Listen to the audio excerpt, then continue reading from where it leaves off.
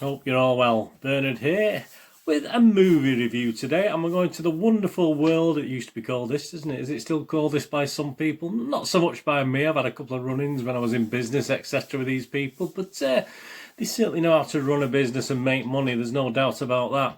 Yes, we're going to the wonderful world of Disney. So we're going to have a look at a Disney Plus release today, which obviously was hoped to be a cinema release, theatre release at one stage, and still could be, I suppose, but obviously more on that later anyway when we talk about. Of course, we're going to talk about the latest, the biggest, the sort of look forward to £200 million budget Mulan. The obviously remake of the animation, not the cartoon, not the original. This is a 2020 live action version. Please, if you're new to this channel, push that subscribe button, push the bell notifications so these little vlogs coming out, TV drama reviews, information vlogs, etc. And if you have any interest in football at all, obviously I do little vlogs also on my team, Manchester City.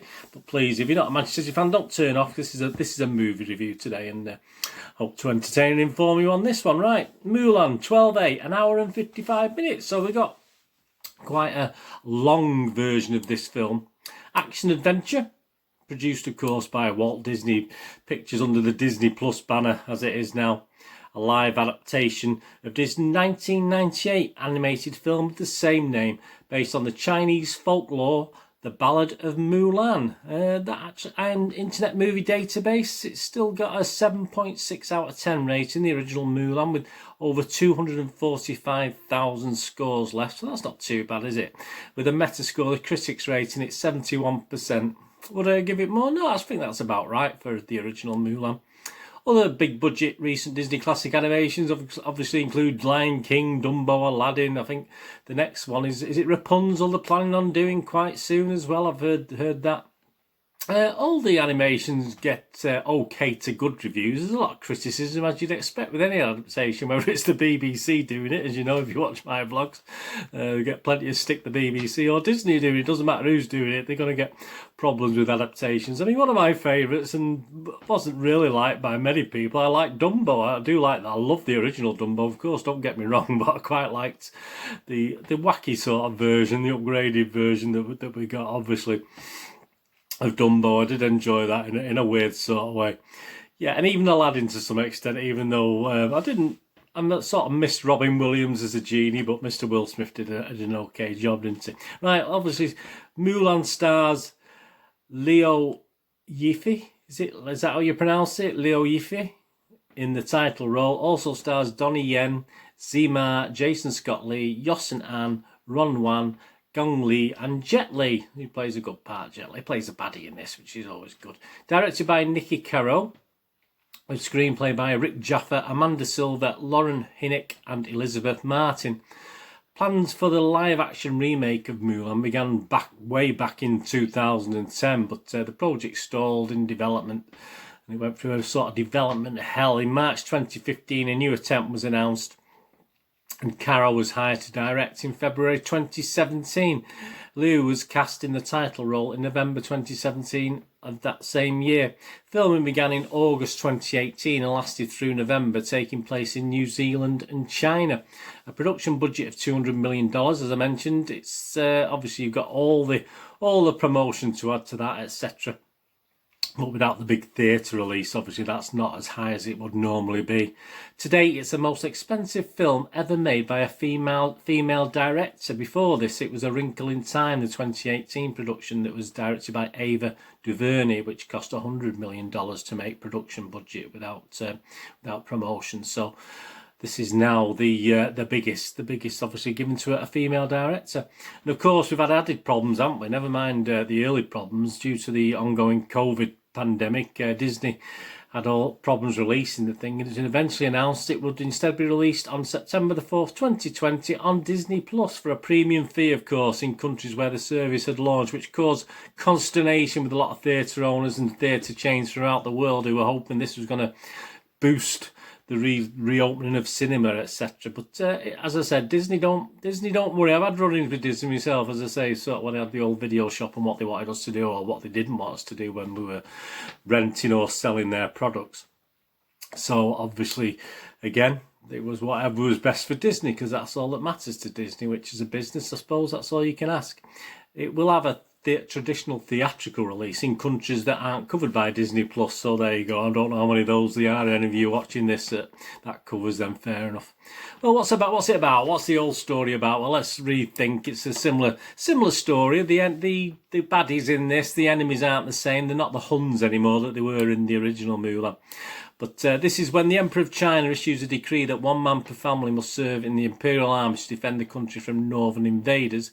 Mulan, the eldest daughter of an honoured warrior, steps in to take the place of her ailing father, masquerading as a man. Yuan. These pronunciations, I was deemed to fail, wasn't it, on these pronunciations. Yun, I forget it. Mulan. She's tested every step of the way and must harness her inner strength and embrace her true potential. Yeah, her inner chi, is it? Her inner chi, her inner powers. A little bit of trivia about Mulan before I go on to is it any good or not, basically. Tony Bancroft, one of the directors of the original animated film, is delighted that this remake isn't a carbon copy of his film, in contrast to The Lion King, which was involved in. So he disowned that one because for various reasons. So Mr. Bancroft was quite happy. Yiffy Liu, I don't know, Yiffy, my apologies, I'll say Yiffy, performs 90% of all her stunts as Mulan: horse riding, sword fighting, martial arts and battle scenes. I don't think she jumps from roof to roof though. I think that's a little bit of CGI there. The film does not feature any, does not feature any of the musical numbers from Mulan. A bit more of that later, of the original Mulan in 1998. But these songs are homaged, which is great throughout the film. And I do get a little, not a tear, but I did get quite emotional when I heard the little songs set out in the background. I did want to sing them. You know me and my singing. If you've ever watched a couple of my vlogs in the past, I might have featured a little bit of my horrible singing. There's an instrumental track of Reflection, is commonly heard throughout the film, and to be honest with you, Reflection is one of my favourite movie songs ever. So that did bring a little tear to the eye at times, big softy as that I am. The Mandarin version ain't bad either. That is more on that later. An instrumental track of Honour to Us All is heard when Mulan applies makeup. And some lyrics of I'll Make a Man Out of You are spoken by Commander Tung during the film.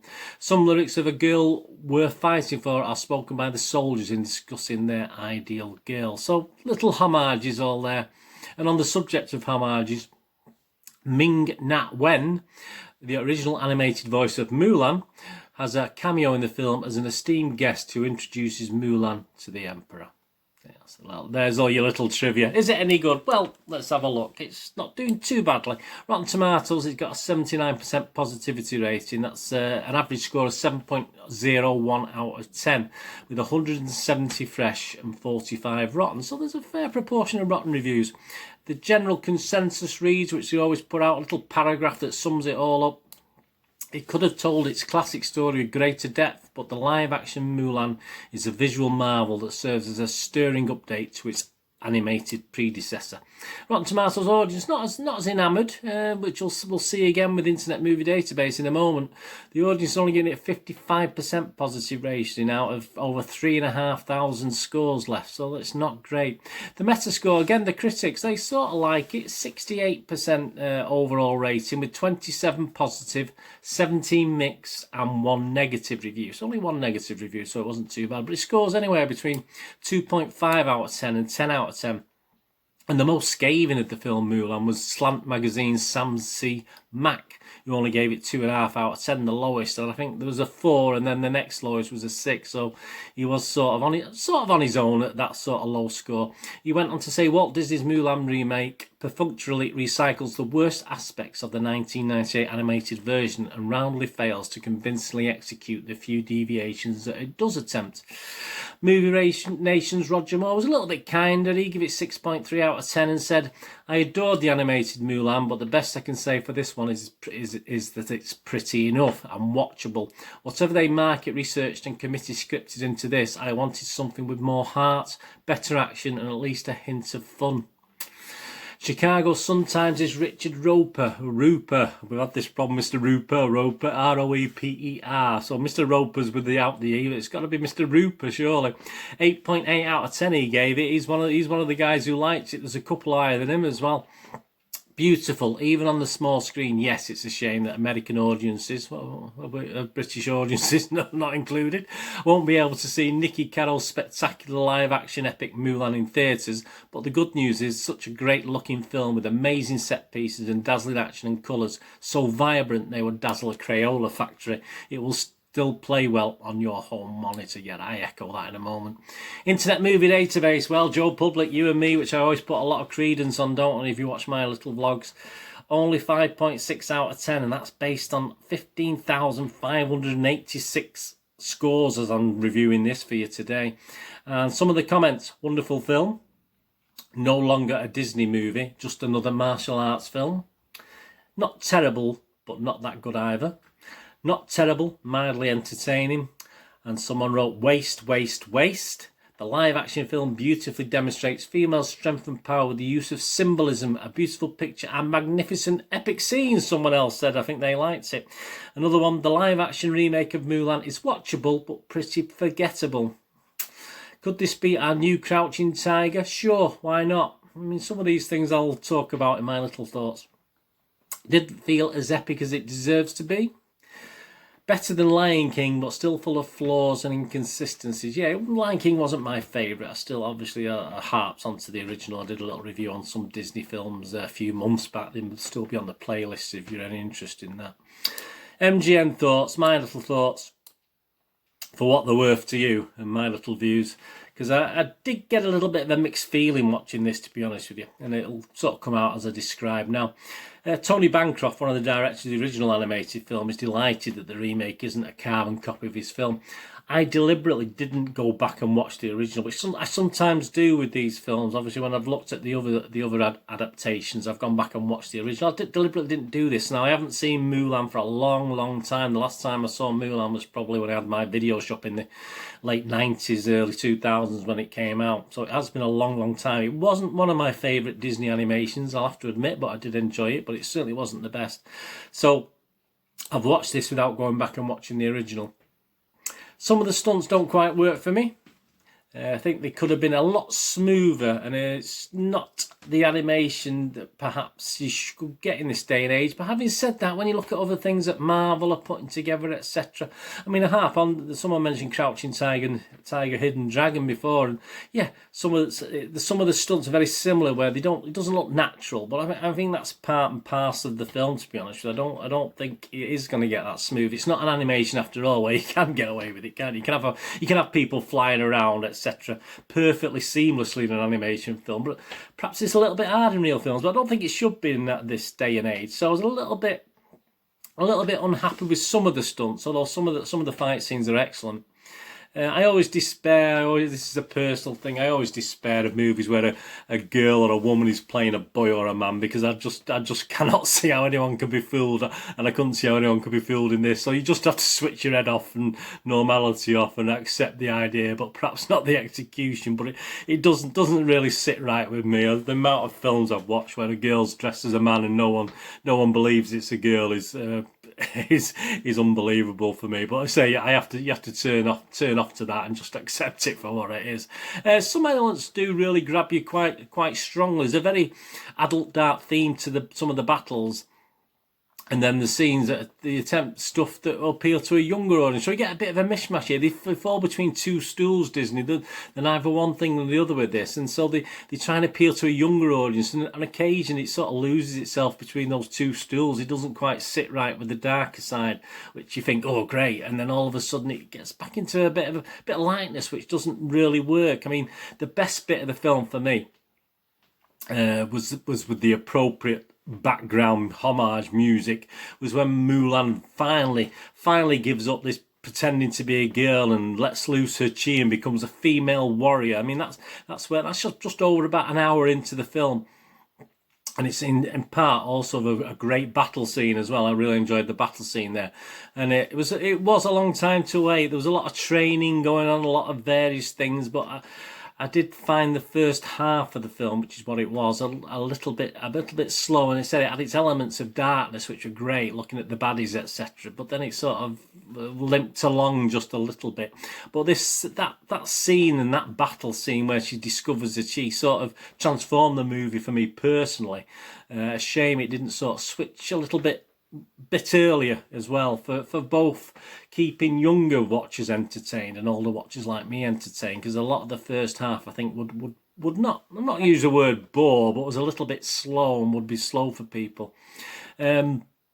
The movie, as it's produced, let's be honest about it, I don't think would have gained anything from having them burst into song, and not the way that Disney have played this movie. As I said, it was stuck between trying to be a bit more adult and kiddified anyway at times, so it would have just totally made a mockery of the film, in my opinion. They started adding musical numbers in the same way, unfortunately, that the fact of trying to add a little bit of humour for a younger audience didn't quite work in this. It wasn't very funny.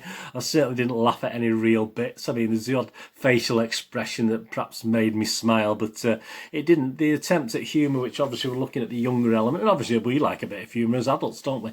But they don't really work, and a little bit misplaced. So a song would have been misplaced, and obviously the music's superb, the background music where they did the homages, etc., excellent. But a song and the humour was a little bit misplaced in this. Yes, it is a movie that would have been greatly enhanced by seeing it on a big screen, but we have big tellies, don't we? I don't have a massive telly myself. I only have a 32-inch smart TV thing, so it's not massive. I'm not really into really big tellies, and I can watch films on a phone and enjoy it. You know, I've always been that sort of person. But yeah, it would have been enhanced because there's some nice little scenes of the mountains in the background and the snow peak caps and all this sort of thing. So yeah, it might have been certainly enhanced by being watched on the big screen, but certainly most of you out there probably got 40-50-inch screens anyway, so if you sit close enough to it, you'll be like you're at the cinema anyway. Yeah, I think the movie does yearn to be a Crouching Tiger, Hidden Dragon type, but it does need to remember its roots, and it does need to stick to its originality, and it does need to be Disney child friendly, which perhaps Crouching Tigers, Hidden Dragon, certainly probably they may have enjoyed some of the stunts in that, but it certainly wasn't a family oriented film as such, was it, when that was produced? It is a good, having said that, it is a good family adventure, of course it is. It's a good versus evil. That's what we want from a classic Disney film, perhaps not with the appeal to very young children who might like the action scenes, and they certainly would like the second half of the film a little bit more, but probably will grow a little bit bored, certainly in some of the first half of the film, where they got the training scenes, etc., and you get to know a bit about the characters by verbal diarrhea, I call it, but by verbal rather than watching. So that would have probably bored the younger children.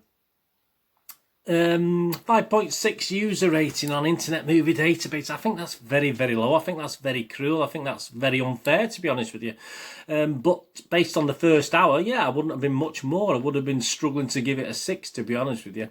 But having said that, 7.1.01 overall felt a bit high for me initially. But once I'd watched it, and once I got to the end, I felt a lot better about it. I'd forgot about the first hour, and I enjoyed the second hour, or the second 50 minutes certainly, a lot better. So I think that 7.01 overall is probably about right on Rotten Tomatoes as a Rotten Tomatoes score.